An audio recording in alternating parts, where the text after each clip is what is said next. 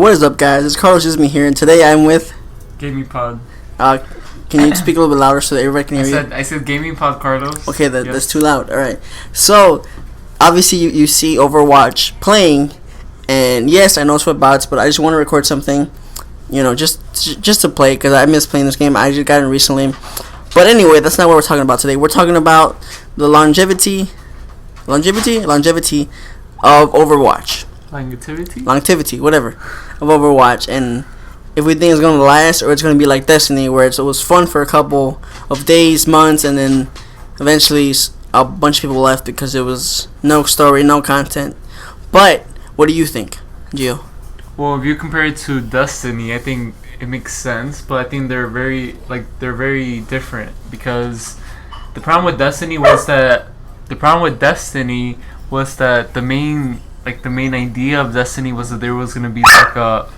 Can you just ignore the dog in the background? Yeah, I apologize for that. The problem with Destiny was that the story was supposed to be that was supposed to be a big part of the game, and Overwatch is basically just a multiplayer game where it's just fun to play, so the mechanics are there. But then you have to compare Overwatch, like the way Overwatch is built with...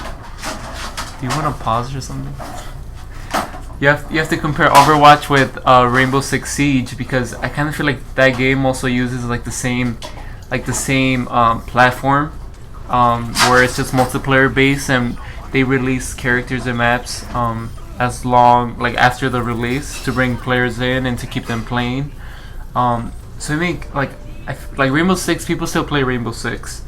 So I kind of feel like Overwatch might it's gonna be a long game, especially because it's coming from Blizzard, so they have a tendency to release a lot of content when it comes to those games. So I think as long as they create interesting characters and they keep up with their cartoonish advertisements of those characters and those maps and that world, then I think they're gonna be pretty good.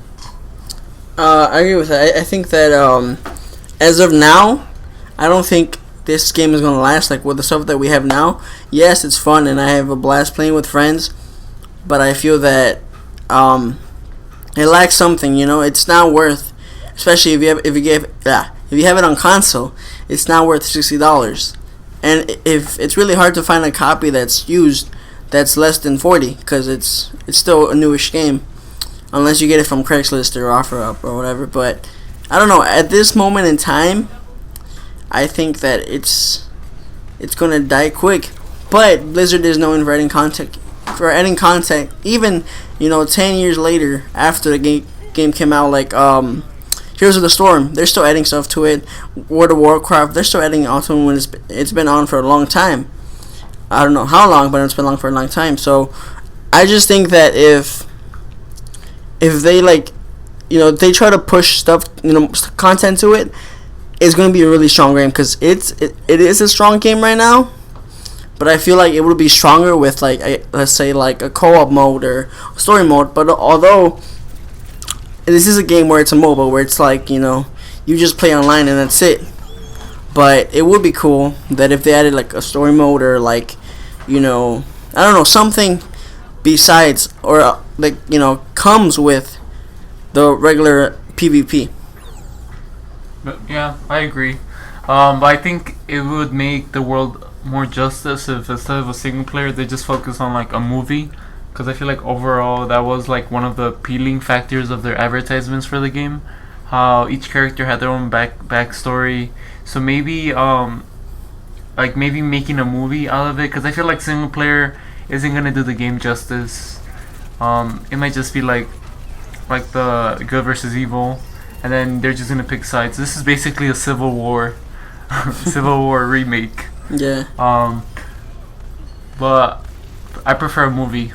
Yeah. Then maybe brings in more children to play the game, because the game is rated E for everyone. I think it is. I'm not sure.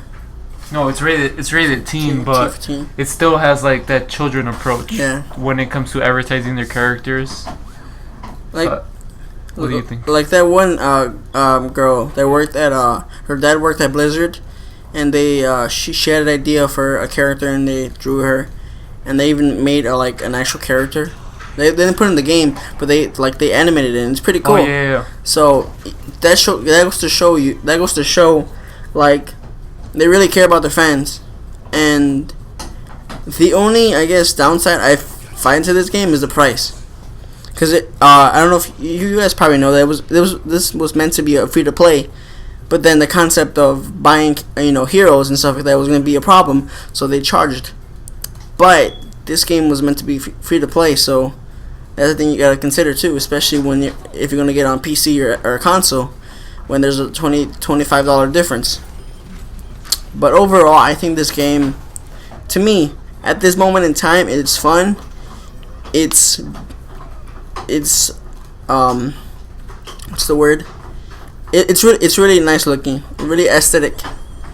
The aesthetics are really on point with this game. And yeah, we kind of blabbered on about different things, but overall, I personally think this is a good game, and it would be even stronger with more things. So, you want to say anything before we leave? No, I think you're right. That's very. It's a good game. There's nothing really like. Yeah, I think it's a good game. It's gonna last as long as Blizzard pushes out content, and yeah. Well, hope you guys enjoyed our podcast, and we'll see you in the next video, or I will see you in the next video. Peace. Apparently not me.